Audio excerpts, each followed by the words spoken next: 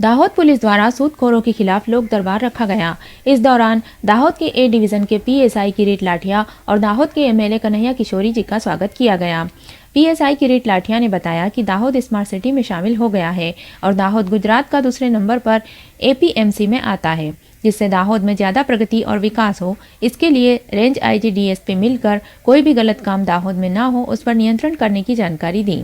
साथ ही दाहोद में ब्याजखोरों पर लगाम लगाने के लिए सख्ती से उचित कदम उठाएंगे और दाहोद में चोरी और ट्रैफिक की समस्याओं को कंट्रोल करने का उचित प्रयास करेंगे। ब्याजखोरों को लगाम लगाने एवं लोगों में जागृति लाने के लिए और ब्याजखोरों से जो व्यक्ति पीड़ित हो ऐसे लोगों की कंप्लेंट पर विशेष ध्यान दिया जाएगा और सही जानकारी प्राप्त कर दोषियों पर कार्यवाही की जाएगी।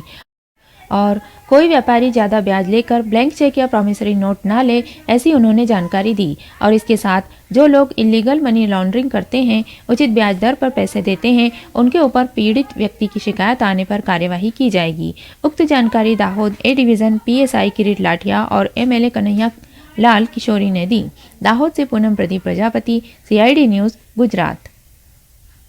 तालीम शाળાની અંદર एक अमरा सेमिनार टाइप एक आयोजन કરવામાં આવેલ છે, જેમાં તમામ નાગરિકોને સુધી એ સંદેશો પહોંચે કે તેઓએ વ્યાજખોરોથી બિલકુલ પણ ડરવાની જરૂર નથી।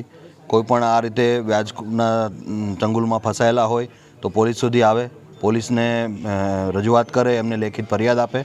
ફરિયાદ મળ્યાના 24 કલાકની અંદર જે કોઈ વ્યક્તિ આ રીતના ખોટા કાર્ય કરી રહ્યા છે, માણસોને ખોટી રીતે રંજાડતા હશે, એઓ વિરુદ્ધ સખ્તમાં સખ્ત કાર્યવાહી કરવામાં આવશે। એમની પ્રોપર્ટી પણ જપ્ત કરવામાં આવશે। એમના જે કાંઈ લાયસન્સો એમને લીધેલા છે નાણાં ધીરવા માટેના એ પણ રદ કરવામાં આવશે। અને રાજ્ય સરકાર, અમારા ઉપરી અધિકારીઓ, એસપી શ્રી બલરામ મીણા સર, તમામની સ્પષ્ટ સૂચનાઓ છે કે સામાન્ય નાગરિકને આ રીતના અજગરી ભરડામાંથી મુક્ત કરાવવા, કોઈપણ પ્રકારના ચમરબંધીને પણ બક્ષવામાં નહીં આવે। એમના વિરુદ્ધ ગુના દાખલ કરવામાં આવશે, એમને પાસામાં મોકલવામાં આવશે, સખ્તમાં સખ્ત કાર્યવાહી કરવામાં આવશે।